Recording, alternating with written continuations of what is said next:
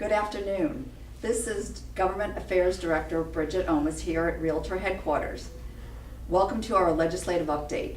My special guest this afternoon is State Representative Robert Cornejo. Welcome, Robert. Thanks for having me on. Nice to be with us.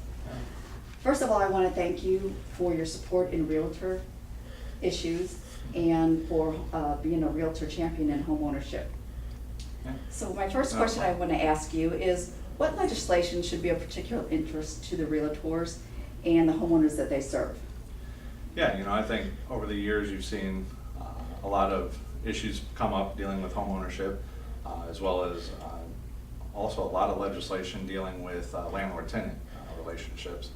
I know, for example, over the past few years as chairman of the House Judiciary, one bill that particularly kept coming through was dealing with trial de novo between landlord owners and tenants. When you try to go and get a renter that's behind out of the premise, there's been some issues there that we worked to address in the legislature over the past few years. And then I think some of the other things coming up which we've addressed recently is the student association always wants to deal with rent deposits and how those are dealt with. For example, if a landlord does file bankruptcy, and that's one of those issues that keeps coming up every year, and we've looked to address those recently. Okay. Well, that leads into my next question. I was going to ask you, are there any important issues that the realtors should have on their radar other than what you had just spoken about?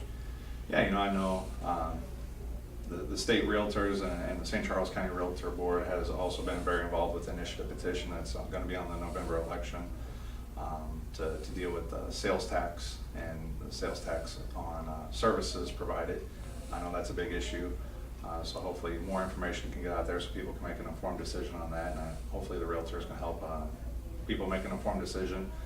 And the other thing with the November election coming up, I think regardless of who you're supporting for president, I think whoever wins, one of the big things that's going to be coming down the pipe that you see is going to be some overreach by the federal government that's probably going to deal with some real estate issues. And so I think it's important for these state elections to put the right people in place so that they can fight back against the federal government and trying to overreach and get involved with real estate transactions and ownership, things like that, and let that be more of a state issue and local control issue. Well, we appreciate you monitoring those issues as they come up. I want to thank you today for joining us, and I know you're busy, so thank you for coming, and we wish you the best of luck in November. Well, thanks for having me. You're welcome.